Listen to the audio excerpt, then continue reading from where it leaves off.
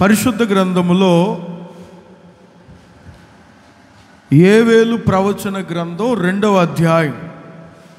Bible ఉన్నవారు గమనించండి. యోవేలు ప్రవచన గ్రంథం 2వ అధ్యాయం 15వ వాక్యమును చదివినప్పుడు, మొదటి అధ్యాయం 14వ వాక్యమును చదివినప్పుడు ఈ రెండు చోట్ల ఒక మాట రాయబడి ఉంటుంది. గమనించండి. 2వ అధ్యాయం 15వ వాక్యం, మొదటి అధ్యాయం 14వ వాక్యం, ఈ రెండు వాక్యములలో ఉపవాస దినమును ప్రతిష్ఠించుడి, వ్రత దినము ఏర్పరచుడి. మరొక మాట, సియోనులో బాకా ఊదుడి, ఉపవాస దినము ప్రతిష్ఠించుడి, వ్రత దినము నియమించి ప్రకటన చేయుడి. ఈ రెండు చోట్ల మీరు గమనించగలిగితే ప్రవక్త ద్వారా ప్రజలకు సందేశమును తెలియపరుస్తున్నారు దేవుడు. ఉపవాస దినం ఒకటి ఏర్పాటు చేయండి, వ్రత దినం అనగా ఒక ప్రత్యేక దినమును ఏర్పరచండి. దేవుని బిడ్డలారా, మనలో చాలా సందేహాలు ఉంటాయి. మామూలు ప్రార్థన చేస్తేనే దేవుడు కార్యం చేస్తారా? ఉపవాస ప్రార్థన చేస్తేనే దేవుడు కార్యం చేస్తారా? మామూలు ప్రార్థన చేస్తే చేయరా? ఇదే సందేహం నాకు వచ్చింది. అప్పుడు బైబిల్ చదువుతున్నప్పుడు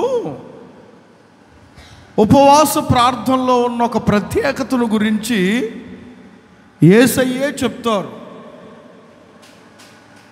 ఒక వ్యక్తి యేసయ్య దగ్గరికి తన కుమారుణ్ణి తీసుకొని వచ్చారు. అప్పటి వరకు శిష్యులు ప్రార్థన ద్వారా ఆ దురాత్మను వెళ్ళగొట్టడానికి ఎంతో ప్రయత్నం చేశారు. ఆ దురాత్మ తన కుమారుణ్ణి నీళ్ళల్లో నిప్పుల్లో పడవేయడం, అర్థమైందా? ఇలా ఇబ్బంది పడుతుంటే శిష్యులు ప్రయత్నాలు చేశారు, ఆ దురాత్మను వెళ్ళగొట్టలేకపోయారు. యేసయ్య దగ్గరికి తీసుకెళ్ళి తన తండ్రి చెప్తారు, నీ వల్ల అయితే నా కుమారునికి స్వస్థత కలుగు చేయి. ఇప్పటి వరకు మీ శిష్యులు ప్రయత్నం చేశారు కానీ వారి వల్ల కాలేదు, నీ వల్ల అయితే. వెంటనే ఆయన ప్రార్థన చేయడం, ఆ దురాత్మ వానిలో నుంచి తొలగిపోవడం, ఇవన్నీ మనం గమనించగలం. ఇక ఆ తదుపరి శిష్యులందరూ యేసయ్య దగ్గరికి వెళ్ళి, ఇది ఎలా సాధ్యమైంది? ఈ కార్యం ఎలా సాధ్యమైంది? మేము చాలా ప్రయత్నం చేశాము, మా వల్ల కాలేదు, ఇది ఎలా సాధ్యమైందంటే, అప్పుడు యేసయ్య అంటారు, ఇది ఉపవాసము వలననే. ప్రియమైన దేవుని సంగమా, కొన్ని పర్యాయాలు మనం ఉపవాస దినాన్ని ప్రతిష్ఠించుకోవాలి. దేవుని బిడ్డలముగా మనం ఉపవసించి ప్రార్థన చేసే అనుభవాన్ని నేర్చుకోవాలి. పూర్వం నినివే పట్టణస్థులు ఉపవసించి ప్రార్థన చేసినట్లు బైబిల్లో రాయబడి ఉంది. యోనా గ్రంథం 3వ అధ్యాయం 5వ వాక్యమును మీరు చదివినప్పుడు నినివే పట్టణస్థులందరూ, చూడండి ఆ మాటను చదవండి. నినివే పట్టణస్థులు దేవుని యందు విశ్వాసం ఉంచి, అదిగో వారికి వారు ఒక ఉపవాస దినాన్ని చాటించుకున్నారు. యోవేలు ప్రవచన గ్రంథంలో కూడా దేవుని బిడ్డలతో దేవుడు చెప్తున్నారు ప్రవక్త ద్వారా, వ్రత దినాన్ని ఏర్పరచుకోండి, మిమ్మల్ని మీరు ప్రత్యేకపరచుకోండి, ఒక ఉపవాస దినాన్ని ప్రతిష్ఠించుకోండి. ఈరోజున చాలామంది ఏదో ఈ 3 రోజులు ఉపవాస ప్రార్థన చేద్దాం, దేవుని బిడ్డలుగా మన జీవితాలు బాగుపడతాయి, మన మన మన సమస్యలు తీరుతాయి. ఇది కాదు. ఎప్పుడైనా వ్యక్తిగతంగా నిన్ను నీవు ఒక ఉపవాస దినం నాకు ఉండాలి అని ప్రతిష్ఠించుకున్నావా? ఒక 3 విషయాలు నేను మీతో చెప్తాను, త్వరగానే ముగిస్తాను.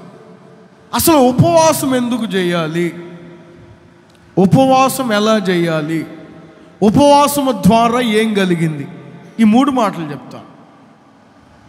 ఉపవాసం అసలు ఎందుకు చేయాలి? బైబిల్లో వారు ఎందుకు చేశారు? వారు ఉపవాస దినాన్ని ఎందుకు ప్రతిష్ఠించుకున్నారు? అపోస్తుల కార్యములలో 13వ అధ్యాయం, అపోస్తుల కార్యములు 13వ అధ్యాయం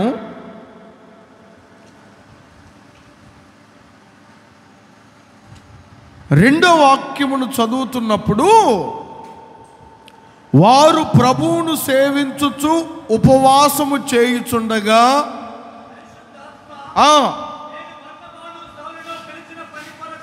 ప్రత్యేకపరచడం. వారు ఒక నిర్ణయాన్ని తీసుకునేటప్పుడు ఉపవాసం చేశారు. అర్థమైందా? దేవుని పని కొరకు ఎవరు వెళ్ళాలి? దేవుని పని మా కళ్ళ ఎదుట ఉంది, ఆ పని కొరకు మేము వెళ్ళాలి. దాని కొరకు ఒక నిర్ణయం. చూడండి, ఇప్పుడు మనం కూడా ఏదైనా కొత్త వ్యాపారం ప్రారంభించాం, కొత్త బిజినెస్ ప్రారంభించాం, వివాహం జరుగుతుందనుకోండి, లేకపోతే ఏదైనా ఒక ఇల్లు కట్టుకుంటున్నారు, లేకపోతే ఏదైనా ఒక కార్యం ఉంది. నేను చాలామందికి చెప్తాను, ఒక ఉపవాస ప్రార్థన ఏర్పరచుకోండి మీ ఇంట్లో, అది మంచిది. వివాహం జరిగేటప్పుడు దానికన్నా ముందు ఒక ఉపవాస ప్రార్థన ఏర్పరచుకోండి. ఏదైనా ఒక వ్యాపారం ప్రారంభిస్తున్నారా, ఒక ఉపవాస ప్రార్థన ఏర్పరచుకోండి. చూడండి, ఆ రోజుల్లో పరిచర్య వేగంగా విస్తరించడానికి కారణం ఏమిటంటే, వారు ఏ పని, ఏ నిర్ణయం తీసుకోవాలన్నా దానికన్నా ముందు వారు ఏం చేశారంటే, వారందరూ ప్రభువును సేవించుచు ఉపవాసము చేసిరి. ఉపవాసం లేకుండా వారు ఏ పని ప్రారంభించలేదు, ఎక్కడికి వారు వెళ్ళలేదు, ఏ క్రొత్త పని వారు ప్రారంభించలేదు. మత్తయి సువార్తమానం 4వ అధ్యాయం 2వ వాక్యంలో కూడా ఒక మాట రాయబడి ఉంటుంది. మత్తయి సువార్తమానం 4వ అధ్యాయం 2వ వాక్యం, 40 దినములు 40 రాత్రులు యేసయ్య ఉపవాసం ఉన్న తర్వాతే పరిచర్యను ప్రారంభించారు. ఇక్కడ ప్రారంభమవుతుంది యేసయ్య పరిచర్య.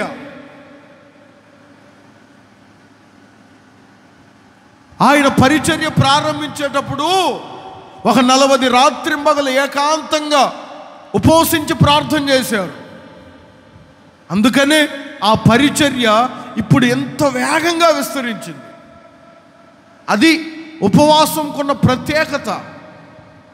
ఈరోజున దేవుని బిడ్డలముగా నేను ఎందుకు ఉపవాసం చేయాలి అని నిన్ను నువ్వు ప్రశ్నించుకుంటే, ఇదిగో నీ జీవితంలో ఒక గోల్ ఉంది, నీ జీవితంలో నువ్వు ఎక్కాలనుకుంటున్న ఒక మెట్టు ఉంది, నీ జీవితంలో ఒక గురి ఉంది. ఆ గురిని చేరుకోవడానికి నీ పని ప్రారంభించే ముందు తప్పనిసరిగా నిన్ను నీవు ఉపవాస దినమును ప్రతిష్ఠించుకోవాలి. ఇప్పుడు 2024వ సంవత్సరంలో మనకి ఎన్నో ఆశలు, మన జీవితంలో ఎన్నో ఆశయాలు, ఇవన్నీ నెరవేర్చబడేదానికి ఈరోజు మనం ఒక వ్రత దినాన్ని ప్రత్యేకించుకున్నాం, ఉపవాస దినాన్ని ఏర్పరచుకున్నాం. దేవునికి స్తోత్రం కలుగును గాక. చెప్పండి, ప్రైజ్ ది లార్డ్. ఒక నిర్ణయాన్ని తీసుకునే ముందు, ఏదైనా ఒక పని ప్రారంభించే ముందు, ఏదైనా నీ జీవితంలో ఒక మంచి క్రిటికల్, ఇది నాకు ఇంకా నా లైఫ్ టర్న్ అయ్యే ఎగ్జామ్ ఇది అని అనుకున్నప్పుడు, ఆ రోజు ఒక రోజు ముందు ఉపవసించి ప్రార్థన చేసుకో కొంత సమయం. బైబిల్లో పండితులు, పరిశుద్ధులు అందరూ అలానే చేశారు. మీరు అలా చేస్తే దేవుడు ఎందుకు మీ కార్యాన్ని నెరవేర్చరు? ఉపవాసం ఎందుకో చెప్పాను. అసలు ఉపవాసం ఎలా చేయాలి? ఎలా చేస్తారు కొంతమంది? ఉపవాసం ఎలా చేయాలంటే మనుషుల కంటికి కనబడవలెనని కాదు. మత్తయి సువార్తమానం 6వ అధ్యాయంలో వాళ్ళు ఉపవాసం ఉంటున్నారు. వాళ్ళు ఎలా ఉంటున్నారు? 16వ వాక్యం చూడండి. మత్తయి సువార్తమానం 6వ అధ్యాయం 16వ వాక్యం. చేయునప్పుడు దుఃఖాముఖులై ఉండకండి. 17వ వాక్యంలో ఉంటుంది చూడండి. ఉపవాసము చేయుచున్నట్టు మనుషులకు కనబడవలెనని గాక. అర్థమైందా? ఇప్పుడంతా చూడండి, ఇప్పుడంతా 40 రోజుల ఉపవాసాలు, 120 రోజులు ఒకటి 40 రోజులు పెడితే ఒకటి 120 పెడతాను. నేను అసలు ఏమన్నా తగ్గుతానా? నేను నీకన్నా యంగును, నేను ఇంకొక 80 ఎక్కువే ఉంటానని. ఎవరు తగ్గట్లేదు. వాక్యం ఏమంటుందంటే కంటికి కనబడవలెనని గాక. వాళ్ళు ఎవరో చూడాలి, వాళ్ళు నాకు ఫలం ఇవ్వాలి, నా ఇంట్లో నా భర్తకు తెలియాలి నేను ఉపవాసం ఉన్నట్టు, నా సంఘానికి తెలియాలి నేను ఉపవాసం ఉన్నట్టు. ఎప్పుడూ చూడండి, మనం ఉపవాసం ఎలా చేయాలంటే జకర్యా గ్రంథంలో ఒక మాట ఉంది. జకర్యా గ్రంథం 7వ అధ్యాయం 5వ వాక్యములో రాయబడిన మాట ఏమిటంటే, చూడండి అక్కడ ఒక మాట ఉంటుంది. జకర్యా గ్రంథం 7వ అధ్యాయం 5వ వాక్యంలో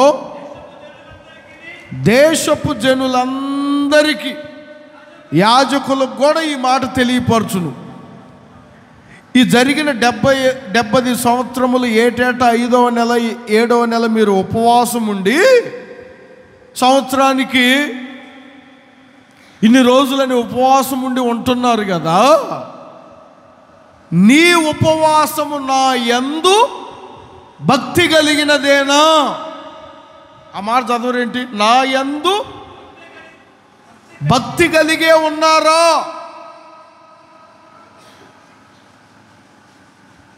అర్థమైందా ఈ మాట?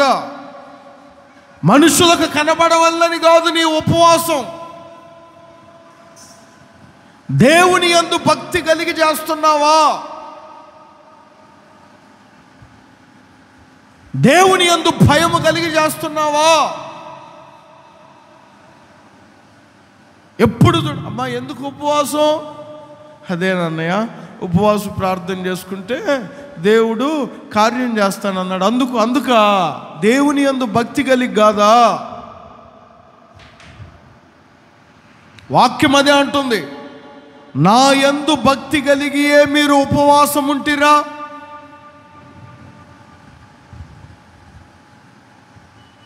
యోవేలు ప్రవచన గ్రంథంలో భక్తులు అదే అంటారు, ఉపవాస దినాన్ని ఏర్పరచండి, వ్రత దినాన్ని ఏర్పరచండి. ఏదో కార్యం చేస్తాడు, ఏదో జరుగుతుంది, ఏదో మన పట్ల అవి కాదు, ఆయన యందు భక్తి కలిగి. ఒక భక్తి కలిగిన వాడు తప్పనిసరిగా నన్ను ఎవరు చూసినా చూడకపోయినా నా దేవుడు చూస్తున్నారని ఉపవాసం ఉంటారు. అదే కదా దేవుడు అంటుంది, నా యందు భక్తి కలిగియే మీరు ఉపవాసం ఉన్నారా? లేదా నీకు ఉద్యోగం రావాలని, నీకు వ్యాపారం జరగాలని, నీ అక్కర్లు తీరాలని, నీ అవసరతలు తీరాలనే ముస్లిమ్స్ ఉన్నారు. నేను ఒక మాట చెప్తాను, ముస్లిమ్స్ ఉన్నారు. రంజాన్ మాసం వచ్చిందనుకోండి, ఎన్ని రోజులు ఉంటారు ఉపవాసం? 40 రోజులు ఉంటారు. వారిని ఎవరైనా మీరు అడగండి, మీరు ఎందుకు ఉపవాసం ఉన్నా అంటే ఇది మా ఆచారం. అర్థమైందా? వారు ఏదో పిల్లలు పుట్టాలనో, వారు ఏదో కార్యాలు జరగాలనో ఉండరు. అది వారి సిద్ధాంతం, అది వారు తప్పకుండా చేసే ఆచారం. అది ఇప్పుడు మనోళ్ళు ఉపవాసం చేయాలంటే ఎందుకు ఉపవాసం ఉన్నామంటే భక్తి కలిగి కాదు. అదే అన్నయ్య కొంచెం ఉద్యోగంలో ప్రమోషన్ కావాలి, వ్యాపారం జరగాలి. నీ ఉపవాసం భక్తితో కూడినదేనా? అర్థమైందా నేను చెప్పిన మాట? నీ ఉపవాసం భక్తి కలిగినదేనా? దేవుడు నన్ను చూస్తున్నారు, ఏదో ఒక రోజు దేవుడు ఫలం ఇస్తారు, ఇది నా నిర్ణయం, ఇది నా తీర్మానం, ఇది నా సంకల్పం. నీ ఉపవాసం భక్తితో కూడినదైతే తప్పనిసరిగా దేవుడు దానికి తగ్గ ఫలమును నీకు ఇస్తారు. ఆమేన్. కొంచెం గట్టిగా చెప్పండి. వాళ్ళు ఎవరో చూడాలని, వీళ్ళెవరో చూడాలని, మనుషులు మెప్పుకోవాలని, మనుషుల మెప్పు కోరుకోవాలని, మనుషుల మెప్పు కొరకు నువ్వు ఉపవాసం ఉంటే దాని ద్వారా నీకు ఫలము రాదు. భక్తితో కూడినదై ఉండాలి. 365 రోజులు నాకు ఆహారాన్ని ఇచ్చి నన్ను పోషించి చూశారు కదా, దేవుని కొరకు నేను ఒక 3 రోజులు చేయలేనా? దేవుని కొరకు ఒక 2 రోజులు ఉండలేనా?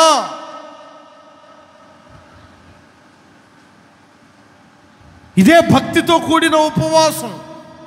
కానీ కొంతమంది వారికి కనపడాలి, వీరికి కనపడాలని చేస్తూ ఉంటారు, దాని ద్వారా ఫలం రాదు. పరిశుద్ధులు ఎందుకు ఉపవాసం ఉన్నారంటే, ఏదైనా ఒక నిర్ణయం తీసుకునే ముందు, ఏదైనా కొన్ని ప్రణాళికలు ఏర్పరచుకునే ముందు, ఏదైనా క్రొత్త పథకాలు మన జీవితాల్లో ఈ క్రొత్త జరగాలనుకున్నప్పుడు ఉపవసించి ప్రార్థన చేసి ప్రారంభించారు. వారు ఎలా చేశారంటే, వారి ఉపవాసం ఎవరో కనబడాలని, ఎవరో చూడాలని, ఎవరి ద్వారా మెప్పు కలగాలని అయితే కాదు, భక్తి కలిగి ఉపవాసం ఉన్నారు. ఎజ్రా గ్రంథంలో చదువుకోండి, నెహెమ్యా గ్రంథంలో చదువుకోండి, వారంతా ఇదే భక్తి కలిగే. ఉపవాసం ద్వారా ఏం కలుగుతుందో ఒక్క మాట చెప్పి నేను ముగిస్తాను. ఎస్తేరు గ్రంథములో ఎస్తేరు తన ప్రజలందరితో ఉపవాసం ఉండమని ప్రకటించింది. 4వ అధ్యాయం, ఎస్తేరు గ్రంథం 4వ అధ్యాయంలో 15వ వాక్యం నుంచి మీరు గమనించగలిగితే, ఎస్తేరు గ్రంథం 4వ అధ్యాయం 15వ వాక్యం నుంచి మీరు చదవండి. వారికి ఒక సమస్య వచ్చింది, యూదులకు ఒక సమస్య వచ్చింది. వారికి జయం కావాలి. ఇప్పుడు ఆ జయము కొరకు ఎస్తేరు మొర్దెకైతో చెప్తుంది, నీవు పోయి షూషేను నందు కనబడిన యూదులందరినీ ఇట్లా దేవుని సన్నిధికి తీసుకొని వచ్చి సమకూర్చు. ఉపవాసం ఉండి, చూడండి ఇక్కడ మనం మంచినీళ్ళు తాగుతున్నాం, ఎస్తేరు మొర్దెకై యూదులందరూ 3 రోజులు నీళ్లు కూడా తీసుకోలేదు. నా నిమిత్తం 3 దినములు అన్నపానములు చేయకుండుడి, నేనును నా పనికత్తులు కూడా ఉపవాసం ఉందుము. ఈమె ఎందు నిమిత్తమైతే ఉపవాసం ఉన్నదో ఆ కార్యమును ఆమె పొందినట్లు మనం బైబిల్లో చూడగలం తదుపరి అధ్యాయాల్లో. అంటే ఎప్పుడైనా దేవుని బిడ్డలారా, నువ్వు భక్తి కలిగి ఉపవసించగలిగితే, నీ ఉపవాసములో వేషధారణ లేకుండా భక్తి కనపడితే, చూడండి తప్పకుండా యూదులకు జయం ఎలా కలిగిందో రాబోతున్న రోజుల్లో నా దేవుడు మీకు అలాంటి జయమును కలుగజేస్తాడు.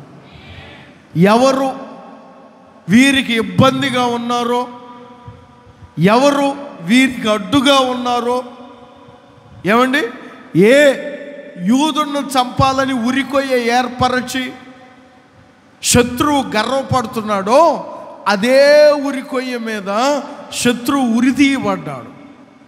ఇంత గొప్ప జయమునకు కారణం యూదులకు ధైర్యముగా చెప్పగలను, వారు కేవలం ఆ 3 రోజులు చేసిన భక్తి కలిగిన ఉపవాస ప్రార్థన ద్వారా.